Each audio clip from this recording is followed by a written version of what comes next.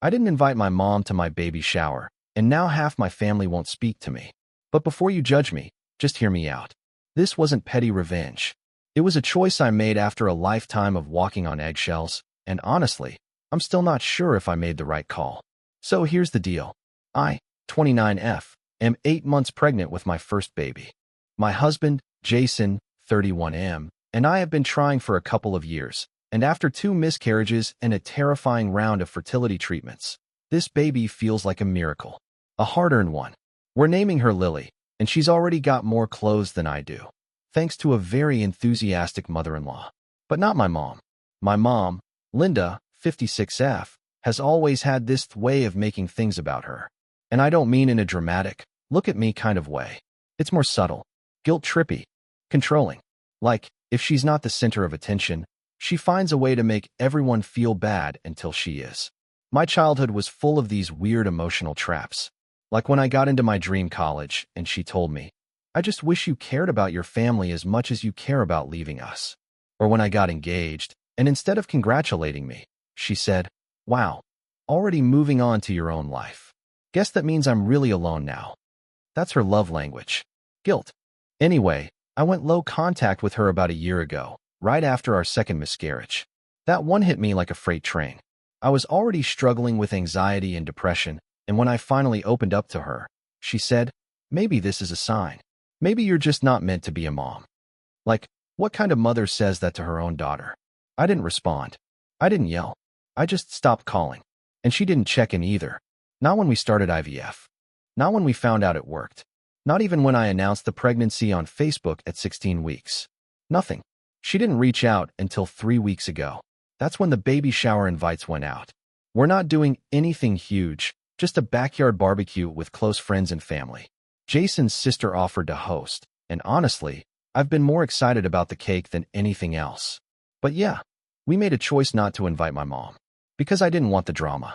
I didn't want her walking in and making it all about her, or crying in a corner about how she wasn't asked to help plan it, or saying something passive-aggressive about how this baby will finally fill the hole in my selfish little life. I just wanted one day that was about love and joy and peace. So, we left her off the list. 2 days after the invites went out, I got a long, 3-paragraph Facebook message from her. It started with, "I see I didn't make the cut," and spiraled from there. She accused me of punishing her, of holding a grudge, of tearing the family apart. She even said, "I lost 2 grandchildren too, but I guess my pain doesn't matter." I didn't reply. I didn't know what to say that wouldn't turn into a firestorm. But of course, she forwarded the message to my aunts, my cousins, even my grandmother. And now, half my family's mad at me. My Aunt Carol actually left me a voicemail saying, "Family is everything, sweetheart. You're going to regret this." Regret what? Not inviting someone who has made every major milestone in my life about her own sadness? Jason's been totally supportive, but even he's starting to feel the heat from his side. Apparently, his mom heard about the situation and told him, "It's never too late to fix things. You don't want that kind of burden hanging over your baby's head." Burden? So now I'm sitting here, bloated and exhausted, wondering if I made the right choice. My sister says I should just invite her, for appearances, if nothing else. Let her come, smile for photos, and leave early. Keep the peace. But I don't want to fake it. I don't want to play nice for a woman who thinks my pain is a personal attack on her. Still, she is my mom. And now I keep thinking, what if this baby grows up and decides I'm not good enough either? What if this is just some twisted cycle I'm stuck in forever? I wish it was simple. I wish I could just say, "She hurt me." End of story. But families don't work like that. Not in real life. And now there's one more message sitting in my inbox. From her. It just says, "You'll regret this. I promise you will." And now I'm wondering, did I go too far? After that last message from my mom, "You'll regret this. I promise you will." I stared at my phone for like 20 minutes. My heart was pounding so hard I could hear it in my ears. Jason was next to me on the couch, reading through some baby name forums, and I remember just blurting out, "She's threatening me now." He didn't even ask who. He already knew. He read the message, sighed, and set his phone down like he was gearing up for battle. "She's not coming. You made a choice. We stick to it." I nodded, but it didn't make me feel better. That's the thing about guilt. Even when you know you're not wrong, it still eats at you. I didn't sleep that night. just kept replaying all the moments from my childhood that I've tried to box up and bury. Like the time she cried in front of my friends on my 13th birthday because I didn't want her to stay at the sleepover. Or when she accused me of trying to replace her because I got close to my high school counselor. Or when she found my positive pregnancy test in the trash after I lost the first baby and said, "You probably weren't ready anyway." She has always been like this. But part of me still wanted her to be a part of this chapter. I just wanted her to show up differently, to be someone she's never been. And maybe that was my mistake. The baby shower was the following Saturday. It was perfect, or it should have been. The weather was amazing, sunny, mid-70s, no wind. Jason's sister, Marlene, went above and beyond. We had pink and yellow decorations, little onesie-shaped cookies, lawn games, and even a handmade photo wall with a flower arch. People were laughing, hugging me, placing hands gently on my belly, and talking to Lily like she could hear them. I felt like I was floating, like everything was exactly how it should be. Until it wasn't. About an hour in, just after we finished the cupcake tower, which was incredible, by the way, lemon with raspberry cream, my cousin Tasha walked in. Uninvited. Now, Tasha's one of those cousins I used to be super close to growing up, but we've drifted over the years. She's tight with my mom. Like, tells her everything kind of tight. I didn't include her on the guest list, and she hadn't RSVP'd. And yet, there she was, in a bright pink dress, holding a wrapped gift and smiling like she hadn't just stormed into an event she wasn't welcome at. Jason saw her before I did. I heard him mutter, "Oh no," under his breath. I turned, and there she was, already halfway across the lawn. "Hey, Mama," she called out, arms wide like we were best friends. I stood up, mostly on instinct, and smiled, but my body was tight, tense. Jason didn't let go of my hand. "Wow, you look amazing," she said, handing me the gift. I just couldn't miss this. "I hope it's okay." My mouth said, "Of course," but my brain screamed, "Why are you here?" It wasn't even 5 minutes later that I saw it. Out by the driveway. A blue sedan, idling just behind the line of parked cars. I saw the shape of the driver before I recognized her. Linda. My mother was sitting in her car, windows rolled down, sunglasses on, like she was waiting for a cue to enter. Like this was some high school theater production, and she needed her dramatic entrance. I turned to Tasha. "Did you tell her to come?" Tasha blinked, fake innocent. "What? No. I mean, she might have mentioned she'd swing by. I didn't think she'd actually. I didn't wait for the rest." I waddled my 8 months pregnant self inside, locked the back door, and sat on the guest bathroom toilet just to breathe. She really showed up. After everything. After I made it clear I didn't want her there. She still showed up, like she had some right to just be there, because she's my mother. I didn't know what to do. Do I tell Marlene to go out and ask her to leave? Do I confront her myself? Do I just hide inside and pretend nothing's happening? Jason came in a minute later, quiet, calm, but with that look he gets when he's furious and trying to hold it together. "She's still out there," he said. I nodded. "She hasn't gotten out of the car." "I know. What do you want to do?" And that's when I lost it. I broke down. Ugly, sobbing, snotty crying.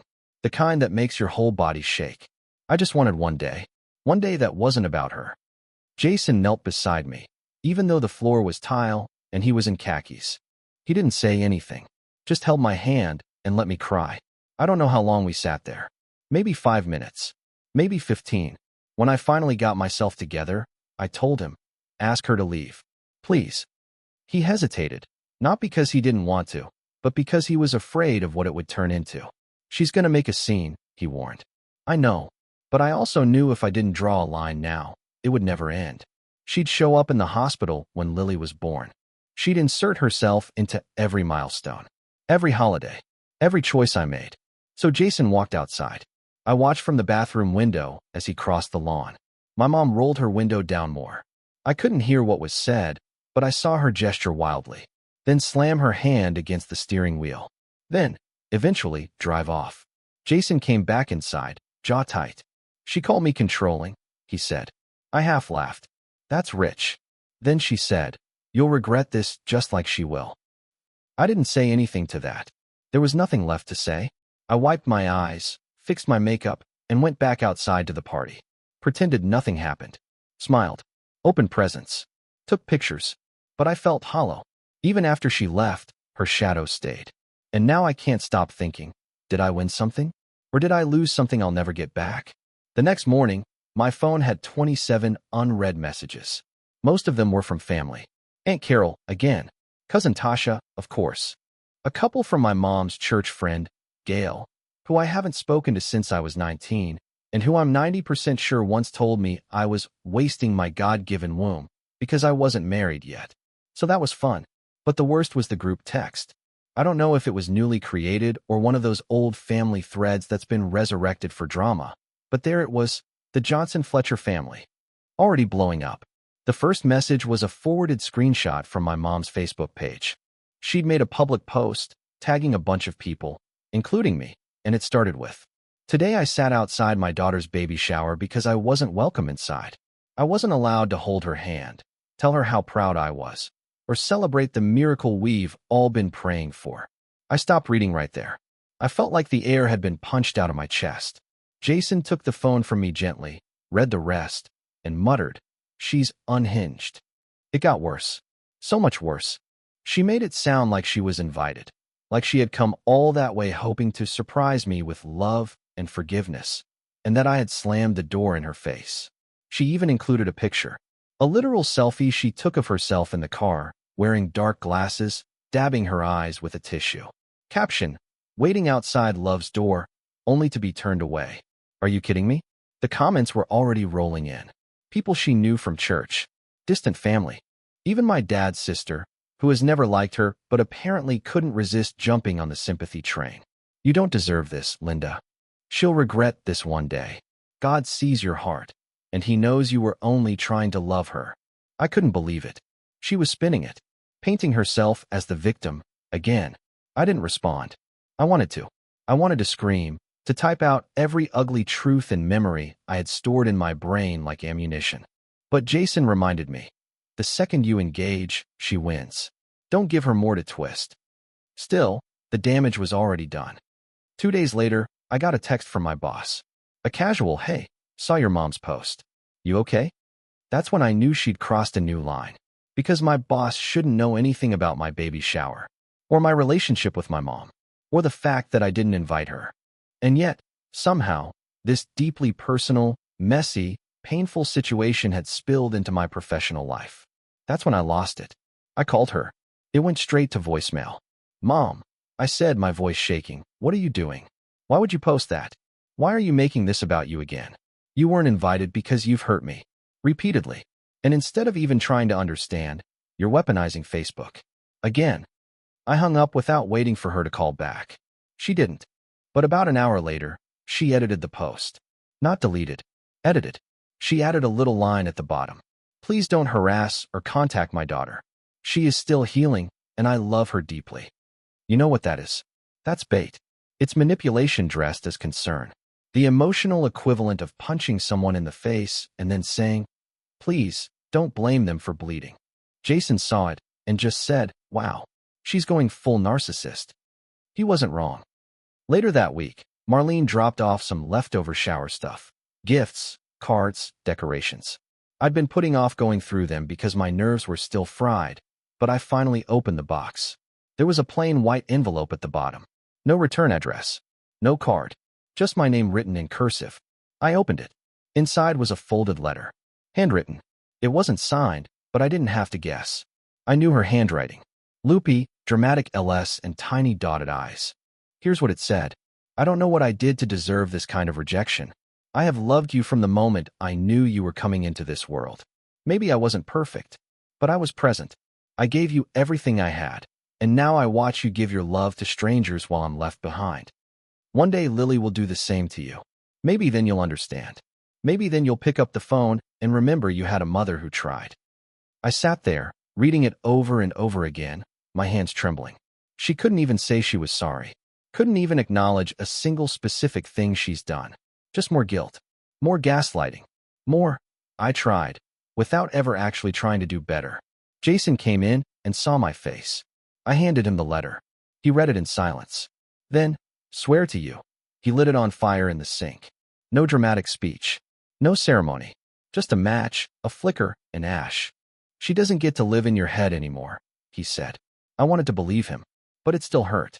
Because for all her flaws, All her manipulation, all her selfishness, she's still my mom. And as I'm sitting here, rubbing this huge belly, feeling Lily kick, I keep thinking, am I going to mess this up too? Is there something broken in me that's going to come out in motherhood? Is this a curse I inherited? Or is it possible to stop the cycle? I don't know yet. But the hospital pre-registration form came in today, and there's a section where it asks for emergency contacts. I didn't list my mom, and for the first time in a long time, I feel okay with that. But then, just before bed, I got a text from a number I didn't recognize. It just said, "She's not done." When I first read that text, "She's not done," I thought maybe it was a prank, or spam, or one of those creepy wrong number things that ends with someone trying to sell you life insurance. But something about it felt different. The number wasn't saved in my phone. No name, no context, just a string of digits and that one short sentence. No punctuation, no emojis, just cold matter of fact. I stared at it for a while. Reread it. Then I showed Jason. His eyebrows pulled together instantly. "Who is this?" "No idea." He took my phone, typed back. "Who is this?" No response. 10 minutes passed. Then 20. Nothing. Jason shrugged it off, but I couldn't. I know I've been paranoid lately. Hormones, stress, whatever, but this felt personal. Like someone was trying to warn me. And I had a pretty good idea who she was. Jason kept saying it was probably a coincidence. Or someone messing with me. He even offered to block the number. But I couldn't bring myself to do it. Not yet. Not until I knew what it meant. Because deep down, I believed it. She wasn't done. The next morning, I found out what "not done" actually meant. Jason had left early for a dentist appointment, so I was alone. I was planning to spend the morning doing absolutely nothing. Catching up on reality shows, eating frozen waffles in bed, maybe waddling around the nursery pretending to be productive. But when I opened my front door to get the mail, it was there. A gift basket, wrapped in pink cellophane, tied with a giant bow, sitting right there on my porch like a landmine. There was a little envelope on top. No name, just the word "Mom." My stomach dropped. I looked around, but the street was quiet. No cars idling. No neighbors outside. Just that basket, glowing in the morning light like some twisted peace offering. I brought it inside and set it on the table. I didn't open it right away. Just stared at it, like it might explode. Eventually, curiosity won. Inside were all these little baby items. A handmade pink quilt, a stuffed rabbit, a tiny onesie that said "Mommy's Girl" in glittery script. And at the bottom, a card. I opened it. I hope one day she sees the whole story. I hope one day you do too. Still no apology. Still no accountability. Just more veiled blame. Like I'd misread her my whole life and needed to see the truth. Jason came home mid-unpacking and found me sitting at the table, the basket open in front of me. His whole body tensed. "What the—" "She dropped it off," I said. "Or someone did. I didn't know it was her. But who else would?" Jason looked through the contents. Then his face darkened. "Where's the quilt from?" I shrugged. "No idea. Looks handmade." He pulled it out, flipped it over, and on the back, stitched into the corner, was my name. Not Lily's. Mine. Amelia. It hit me then. This wasn't new. This was from when I was a baby. Something she'd kept all these years. And now, like some dramatic emotional chess move, she was handing it back, with a warning stitched into it. "I've been here all along. You just forgot." That night, Jason called his cousin, Sarah, who's a cop, just to ask if we should be doing anything, a report, a record, something. Not because it was criminal, but because it felt off. Sarah asked for the number that texted us. She ran it. Turns out it was a burner. Some cheap prepaid thing you can buy at Walmart with cash. No name attached. No way to trace it. Which made it even creepier. Because now we had a mystery sender. Someone who knows us, knows my mom, and decided to play anonymous messenger. Could it be Tasha? I asked. Jason didn't answer right away, but I saw the look on his face. He was thinking it too. She's been too quiet since the shower. No follow-up texts. No drama. No check-in. And that's not like her. Not when there's gossip to spread. I messaged her. Just a quick, casual, "Hey, you didn't happen to send me a weird text the other night, did you?" She read it. Didn't reply. 10 minutes later, she blocked me. Blocked. Me. So now I know. At this point, I'm starting to feel like I'm living in a soap opera. I just wanted to grow a baby. Eat pickles. Complain about swollen ankles. Instead, I'm dodging emotional booby traps and wondering which family member is secretly playing both sides. But it wasn't over yet, because a few days later, I got a call from the hospital. They needed to confirm some paperwork. Standard stuff: insurance, delivery plan, emergency contacts, etc. We went through the whole checklist, and then the woman paused. "Sorry, just 1 second. Looks like there's been a recent update to your file." I frowned. "What kind of update?" "Someone called in to add an alternate contact for your delivery. A woman named Linda Johnson. Said she was your mother." I felt my heart stop. "What?" I said, louder than I meant to. "She said she was your emergency contact in case of complications during birth. We just need verbal confirmation before making that change." My mouth went dry. No, absolutely not. I never authorized that." The woman sounded embarrassed. "Okay, no problem. I'll make sure it's removed. Sorry for the confusion." But I wasn't confused. I was furious. She called my hospital. She pretended to speak for me. She tried to put herself on the delivery contact list, like she was going to swoop in and rescue me the second I was too tired to say no. Jason lost it when I told him. "This is harassment," he said. "We need to shut this down. Officially." And he's right. But what does shutting it down even look like when the person causing all the damage is your mom? How do you file a restraining order against the woman who used to braid your hair and read you bedtime stories? How do you explain to your unborn daughter that grandma isn't someone you can trust? I don't have those answers yet, but I do know this: she's not done. And now neither am I. After the hospital call, I didn't sleep. I spent most of the night wide awake on the couch, one hand resting on my belly, trying to calm down. Lily had been kicking like crazy, maybe picking up on my stress, maybe just practicing her taekwondo. Either way, it was like my body wouldn't let me forget. This matters. This is serious. Don't brush it off. Jason got up around 3:30 a.m. and found me still awake, wrapped in a blanket and stress-eating dry cereal straight from the box. He didn't say anything, just sat next to me, leaned his head on my shoulder, and whispered, "She's not going to be in the delivery room. I promise you." I nodded, but in the back of my mind, I was already spinning. Because this wasn't just boundary pushing anymore. This was calculated. My mom wasn't showing up randomly. She was planning things, making phone calls, inserting herself where she legally, ethically, and emotionally did not belong. And I didn't know what her endgame was. But I was done waiting to find out. That morning, we called a lawyer. Jason's coworker had recommended someone, a family attorney named Rachel who specialized in high-conflict parental cases. She wasn't cheap, but at that point, I didn't care. I wanted someone on our side who understood exactly what we were dealing with. We booked a consult for the next day and drove to her office in the city. I was wearing compression socks and carrying a giant hydro flask like it was a sword. Pregnancy at 8 months is no joke. Rachel greeted us with a warm smile, but I could tell right away she wasn't the type to mess around. Her questions were sharp. Her pen was constantly moving. And she didn't flinch when I told her everything. The Facebook post, the hospital call, the burner phone text, the gift basket, all of it. At the end, she leaned back and said, "You're not overreacting. Let's be clear about that." I almost cried hearing someone say it out loud. "She's displaying escalating boundary violations," Rachel said, tapping her pen against her notes. "If she called your hospital pretending to act on your behalf, that's potentially fraud. If she tries to gain access during delivery, she could be removed by security. But let's not wait for that to happen." She laid out 3 options. Send a formal cease and desist letter, stating that she is not to contact me, appear at my residence, or attempt to interfere with any medical procedures or institutions tied to me or the baby. File for a protective order, not a full restraining order, yet, but a court-documented warning with restrictions. Pre-register the hospital with a password system, making it impossible for anyone to receive information or gain access to me unless they had the code. We did all 3. We signed paperwork that day. Rachel would handle the letter and start the protective order process. Meanwhile, we called the hospital again and set up a private delivery plan, completely locked down. I even gave them a list of approved visitors and told them anyone not on it should be treated like a stranger. It felt like we were taking control back. But then, Rachel said something that chilled me. "You mentioned she sent a letter in the baby shower gift basket. You said she wrote, 'I hope one day she sees the whole story'?" I nodded. Rachel tilted her head. Has she ever threatened to pursue grandparents' rights?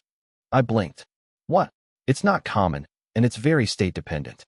But in some jurisdictions, a grandparent can petition for visitation, especially if they can prove the parent is unstable, unfit, or cutting them off unfairly. Jason leaned forward, his face hard. Wait, you think she'd try to take us to court? I've seen it before, Rachel said, especially when there's narcissism involved. Some parents view grandparent status as a right, not a privilege. If she's already calling your hospital and leaving you messages that hint at you'll regret this, it's worth preparing for. I felt sick. I looked at Jason. She couldn't win, right?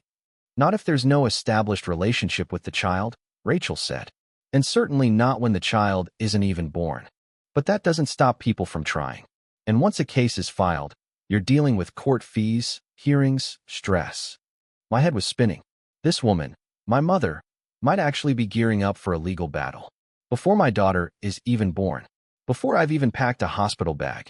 And the more I thought about it, the more it made sense. The Facebook post, the stage car photo, the sympathy comments, the letter, the quilt, the hospital stunt. She was building a case. She was crafting a version of the story where she was the abandoned, loving grandmother who'd been cruelly cut off. The one who just wanted to love her family, but had been rejected by her ungrateful daughter. And if she got enough people to buy into that version, if she got enough screenshots, messages, witnesses, who's to say she wouldn't try to make it official? Jason must have seen the panic on my face. He reached over, squeezed my hand. She's not getting anywhere near Lily, he said. I don't care what kind of fantasy she's building. We know the truth. And so will any judge. But the damage was already crawling under my skin. Because this wasn't just a family fight anymore. This was war. And now, every time my phone buzzed, I flinched. Later that week, we got a call from Rachel. She'd been digging a little deeper, just to be safe. And that's when she found it. 3 months ago, my mother had started speaking with a family mediator. She'd booked several sessions. Not with me. Not with Jason. Just by herself. The mediator's notes, which Rachel got access to through a contact, stated, "Client feels estranged from her daughter, believes she is being unfairly denied access to unborn grandchild. Requests help in understanding legal visitation rights post-birth." She'd been planning this for months. Before the baby shower. Before the Facebook post. Even before the gift basket. She'd already been laying the groundwork. I sat in the nursery, holding a tiny pair of pink socks, staring at the wall, wondering what I'd done to deserve this. But I knew. I'd said no. For the first time in my life, I'd put up a boundary and held it. And instead of stepping back, she doubled down. She was determined to push through it. To win. But this isn't a game. This is my child. My family. And I'll burn the bridge to the ground if I have to. Even if it hurts. Even if part of me still wants a mother. I didn't plan on seeing her again before the baby was born. Honestly, I'd hoped I wouldn't have to. We had the hospital on lockdown, the lawyer handling the cease and desist, and Jason monitoring anything that looked remotely like stalking or harassment. It felt like we'd built a little fortress, and for the first time in weeks, I was breathing easier. Until she showed up at my OB appointment. I don't know how she found out where I go. I never posted the clinic's name. I didn't tag it, didn't mention it to anyone besides Jason and Marlene. But somehow, there she was, sitting in the lobby when I walked in for my 35-week checkup. I froze. Completely. It was like walking into a dream you thought you'd forgotten. The kind where everything looks familiar, but something's off. Her hair was different. Shorter, darker. She had on makeup, like she was trying to look put together. But it was her. No mistaking it. "Amelia," she said, standing up. Her voice was soft, like we were running into each other at the grocery store. Like everything was fine. I didn't respond. My hands were already shaking, and my belly felt heavier than usual. Lily had kicked hard the moment I saw her, like even she knew something wasn't right. The front desk staff noticed something was wrong. One of the nurses came around the desk slowly, eyeing both of us. "She's not supposed to be here," I whispered. The nurse nodded. "I'll take you back early." My mom stepped forward. "Please, just 5 minutes. That's all I'm asking." I looked her in the eye, for the first time in months, and all I could say was, "How did you know I'd be here?" She didn't answer that. Instead, she pulled a folded letter out of her bag and held it out to me. "I just want you to read this. When you're ready. That's all." I didn't take it. The nurse did. Politely. Carefully. like she was defusing a bomb. My mom backed away then, smiled, like this was some bittersweet goodbye scene in a movie. And then she walked out the door without another word. And I completely fell apart. They ended up doing a stress test on the baby just to be safe. My blood pressure was high, my heart rate was through the roof, and the doctor wanted to make sure Lily wasn't picking up on all the chaos. Everything was fine, thank God. But I was told, firmly, to rest, to avoid stress, to stay calm. Which would have been great advice if I hadn't just had a surprise showdown with the woman trying to emotionally infiltrate my life through every crack she could find. Jason was livid. He called the lawyer, who immediately followed up with the clinic to issue a no-contact flag in my file. They also added a note to my patient portal to warn staff if she tried to book an appointment under my name or request records. But the worst part? I took the letter home. I didn't mean to. I should have thrown it away at the clinic. Burned it. Ripped it up like the last one. But something about the way she handed it off. I don't know. I think I wanted to know what was next. What angle she was working now. So I opened it. And what I read still messes with me. I know you think I'm a monster. I know I've made mistakes. But you never ask why I am the way I am. You never asked what I went through before you were born. Your grandmother wasn't warm. She was cold. Distant. She'd slap my hand when I tried to hug her. She said love made people weak. I swore I'd be different when I had you.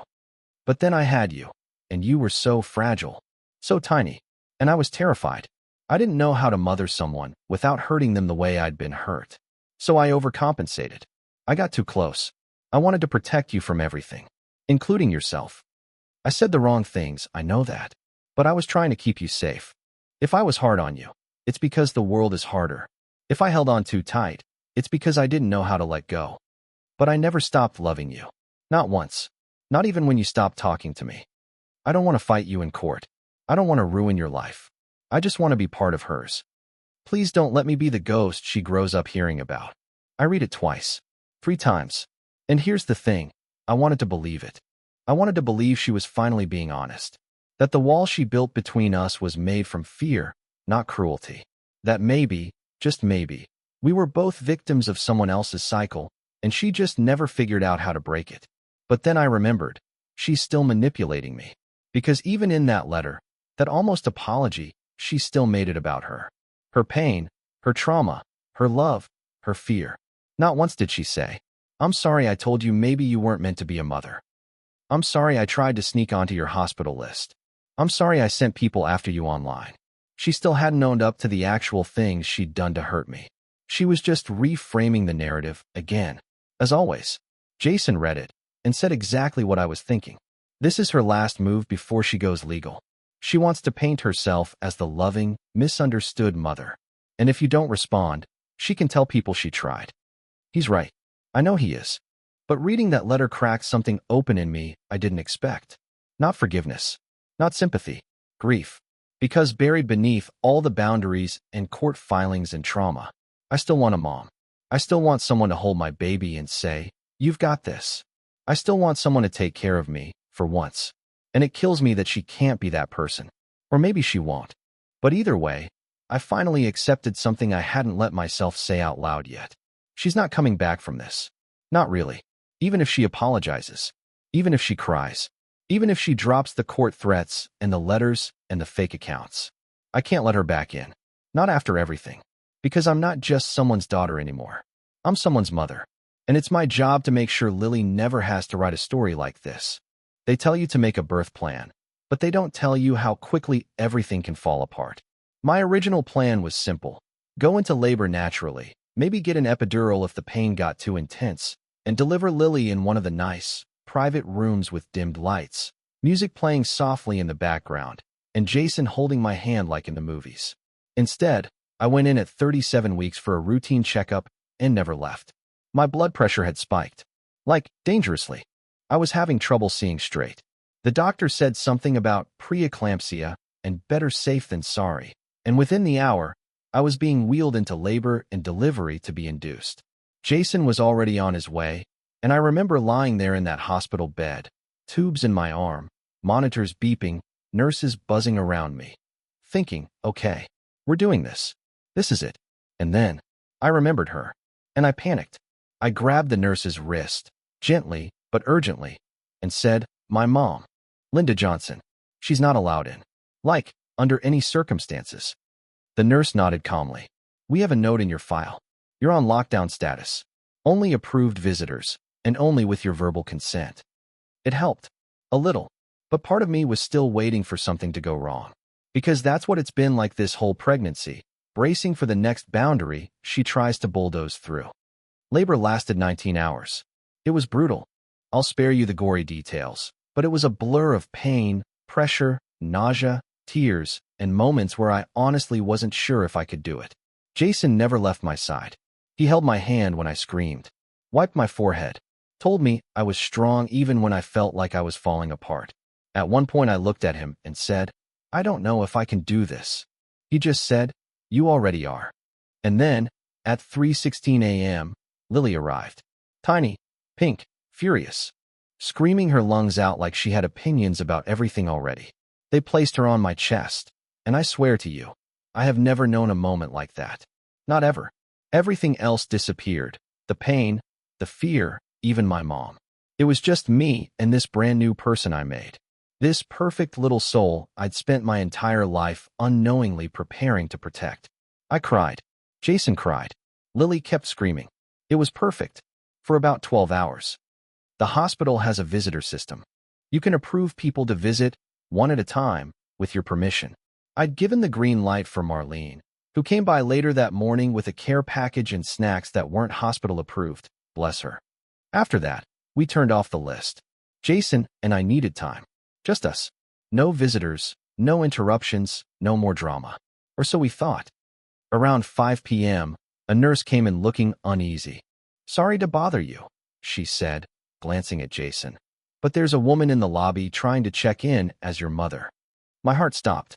"She says she's here to see the baby. Says she's on the contact list." Jason stood up so fast his chair nearly tipped. "She's not. We locked it down." "I know," the nurse said quickly. "That's why I wanted to check first." I could barely speak.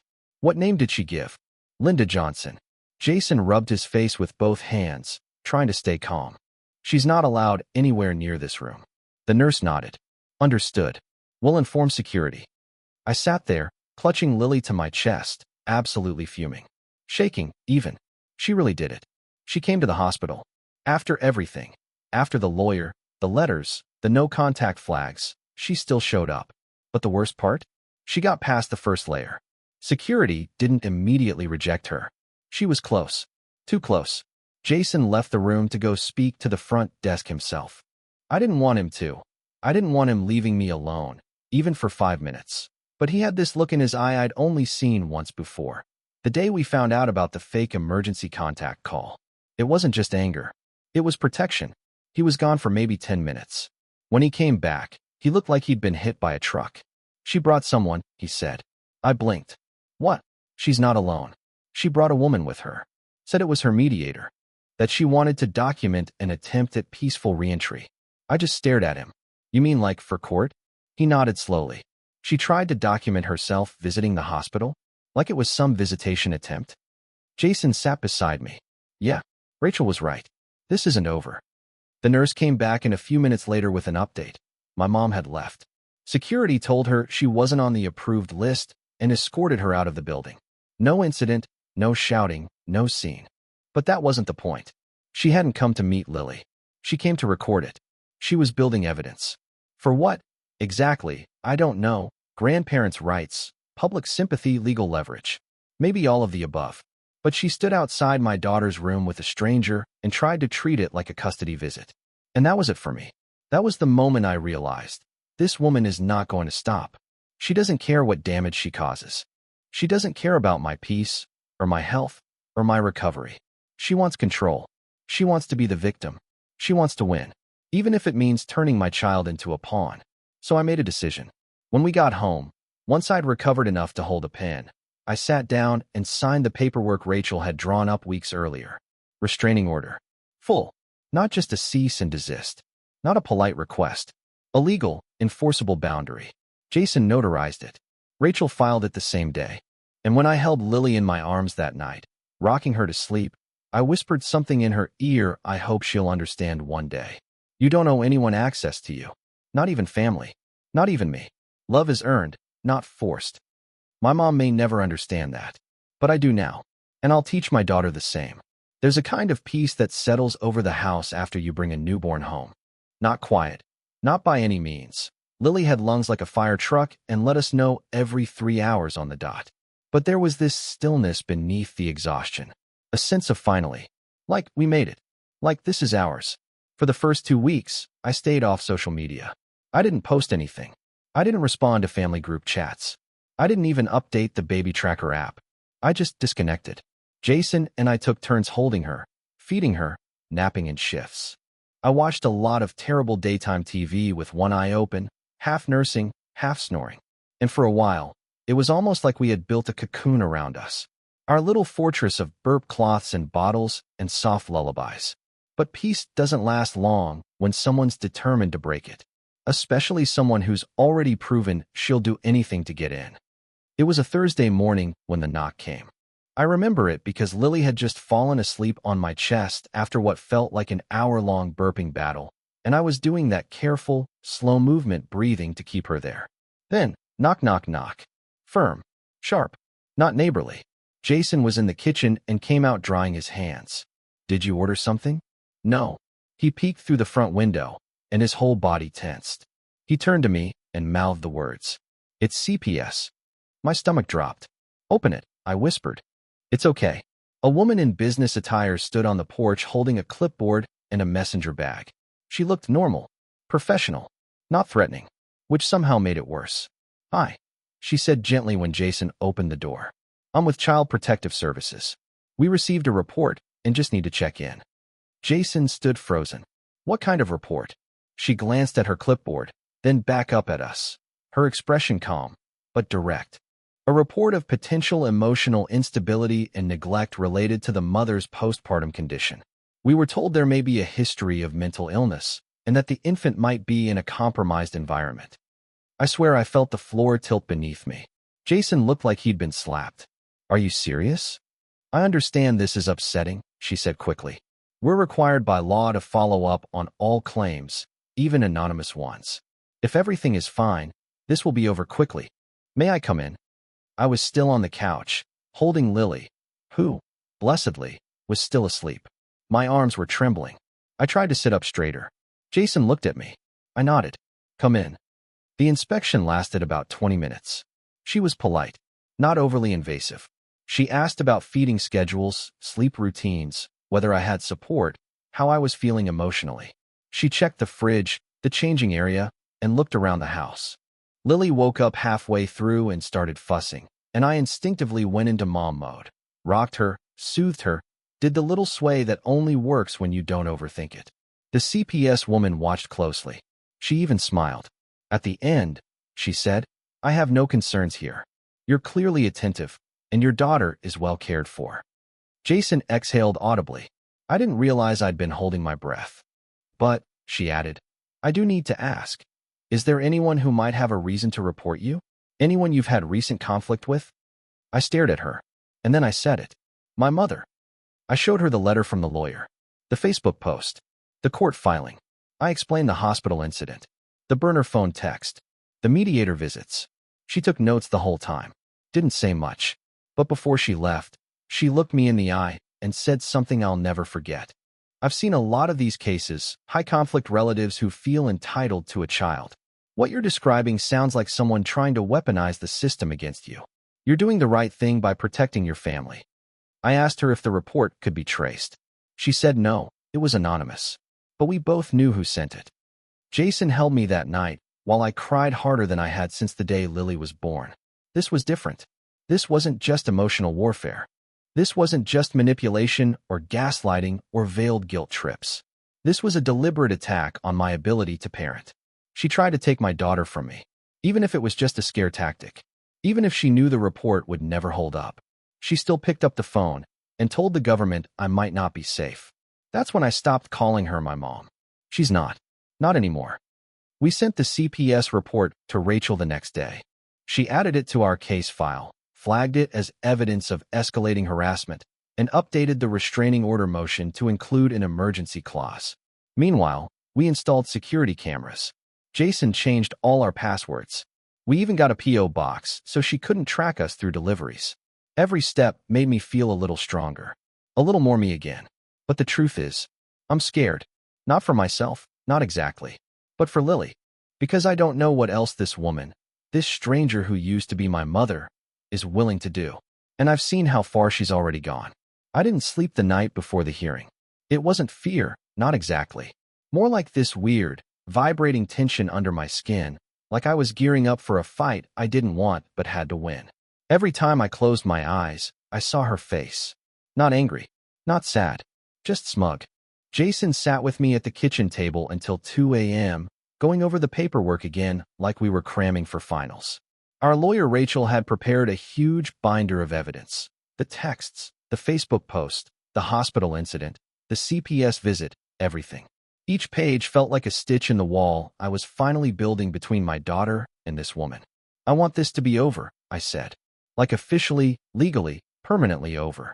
Jason didn't say anything for a second. Then he leaned in and kissed Lily's forehead. She was sleeping in her little wrap on my chest, and said, "We're not letting her grow up afraid. No matter what happens tomorrow." And I knew he meant it. The courthouse smelled like old paper and anxiety. We met Rachel outside the courtroom, where she handed me a tissue and a calming smile. She was dressed like someone who's never lost an argument. Sleek black suit, hair pulled back, minimal jewelry, not a wrinkle in sight. "You ready?" she asked. "Not even a little," I said. She gave a quick nod. "Doesn't matter. You've got truth on your side. That's what we walk in with." Jason held my hand the whole time. When they called our case, I swear my stomach flipped. But I stood up, held my head high, and walked into that room like I belonged there. Like I was the one being harassed, not the one on trial. Which I was. I had to keep reminding myself, I'm not the one on trial here. I'm the one being targeted. And then I saw her. My mom, Linda, sitting at the table across from us, flanked by not one, but two people, a lawyer, and her so-called family mediator. She wore a soft blue cardigan, her hair in that tidy, perfect bob she always thought made her look trustworthy. Like a Pinterest grandma. She didn't even glance at me, which somehow made it worse than if she had. The hearing started with Rachel presenting our case. She was flawless, calm, measured, direct. She walked the judge through each incident, each violation, each escalation. She even played the voicemails and read out the text message from the burner phone. She held up screenshots of my mom's Facebook post and the documentation from the hospital and CPS. And the judge listened. He really listened. Then it was their turn. And that's when I realized something that made my blood run cold. They weren't arguing that the incidents didn't happen. They weren't denying she'd gone to the hospital, or contacted CPS, or posted online. They were arguing that she had every right to. That's what her lawyers said. Word for word. Ms. Johnson is not a threat. She's a concerned grandmother who has been deliberately cut out of her daughter's life during a vulnerable time. Her actions, while persistent, were motivated by love and concern for the child's well-being. Love and concern. They kept using that phrase like it was a get-out-of-jail-free card. She believed her daughter was isolating herself due to postpartum distress. She reached out through appropriate systems to ensure the safety of the baby. Isn't that what a responsible adult should do? I felt like I was being gaslit in a courtroom. Then the mediator stood up. And this is the part I'll never forget. She held up a piece of paper and said, "Your Honor, I have a statement prepared by Ms. Johnson in case she was not granted permission to speak. With your approval, I'd like to read it on her behalf."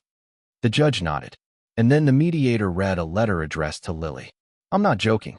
This woman, my mother, had written a full-page, open letter to my newborn daughter and had it read out loud in a courtroom. It started with, "Lily, if you ever see this one day, I hope you know your grandma fought for you." And it just spiraled from there. It painted me as unstable, emotionally cold, detached since childhood. She said I was always running from love, that I had a history of rejecting emotional closeness, that I craved independence to the point of cruelty.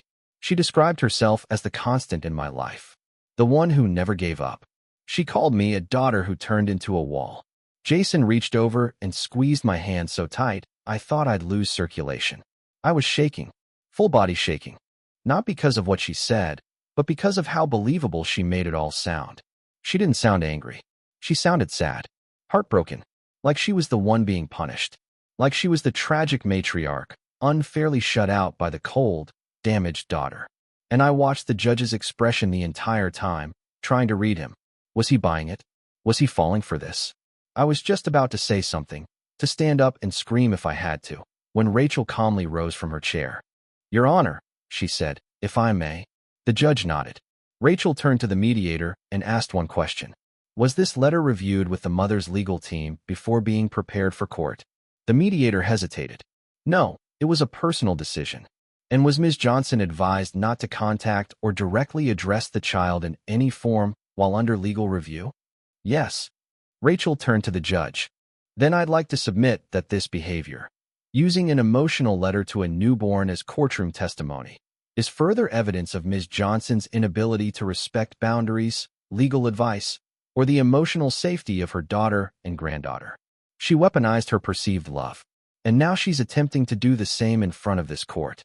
Mic drop. The judge leaned back, exhaled slowly, and nodded. I've heard enough. We were granted the full restraining order. 3 years. No contact. No visitation. No proximity within 500 feet of our home, our workplaces, or Lily's daycare once she starts. Violation of the order carries legal consequences, including arrest. The judge even added this.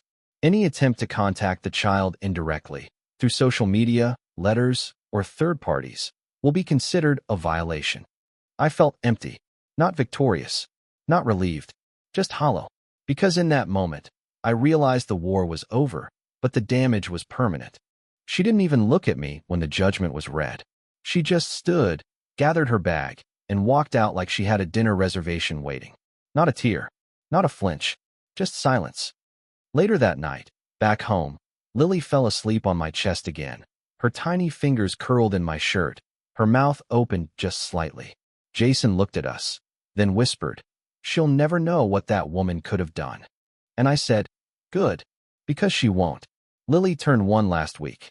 She smashed her face into a cupcake, cried when we tried to sing Happy Birthday, and took her first steps right into a pile of tissue paper. It was chaos in the best way. Jason's parents were there. Marlene brought way too many presents, and I cried like a total mess when I lit the candle. Not because I was sad, but because we made it. We really made it. 1 year of parenting. 1 year of surviving the storm. 1 year of protecting Lily's little world like our lives depended on it. Because, honestly, sometimes it felt like they did.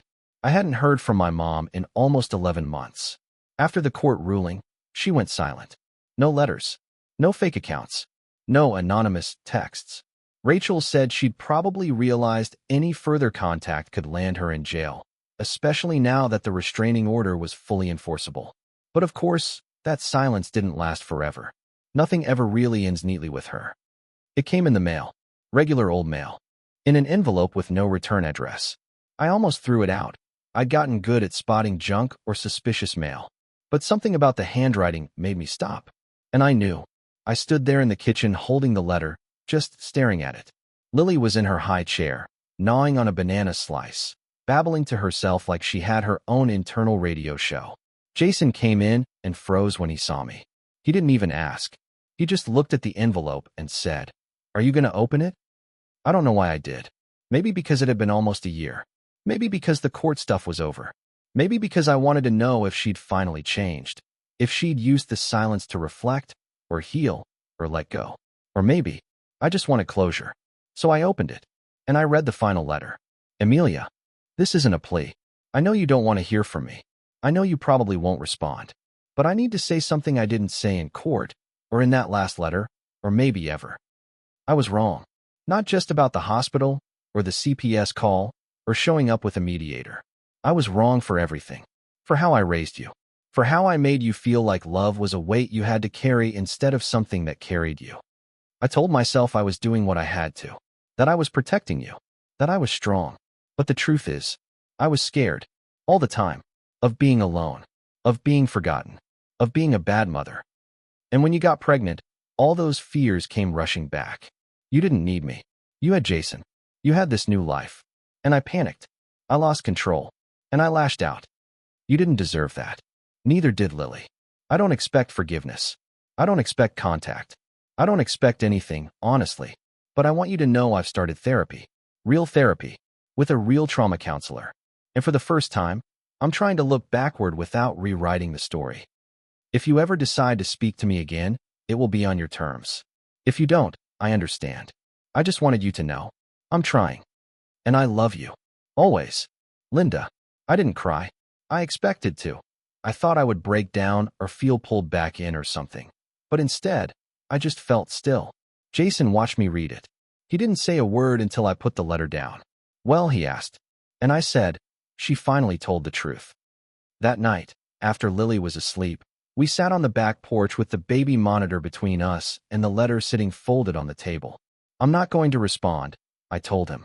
Not now? Maybe not ever. But I needed to know she got it. At least once. Jason nodded. Do you think she means it? I stared out into the yard. The fireflies were blinking between the fence and the trees. I think she's finally starting to. A week later, I bought a blank journal. Not for me. For Lily. I've started writing her letters, one for each big milestone. Not about my mom. Not about the drama. Just about her. The little things. How she throws her bottle when she's done drinking.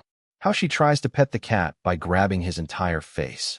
How she falls asleep best when we hum that one stupid lullaby from the musical neither of us likes. Because one day, she might want to know who I was before I became her mom. And I want her to know the truth. Not the pain. Not the fear. Just that I tried. That I made mistakes, but I learned. That love can be messy and loud and complicated, but it should never feel like a weapon. And most of all, that she broke the cycle. She already has.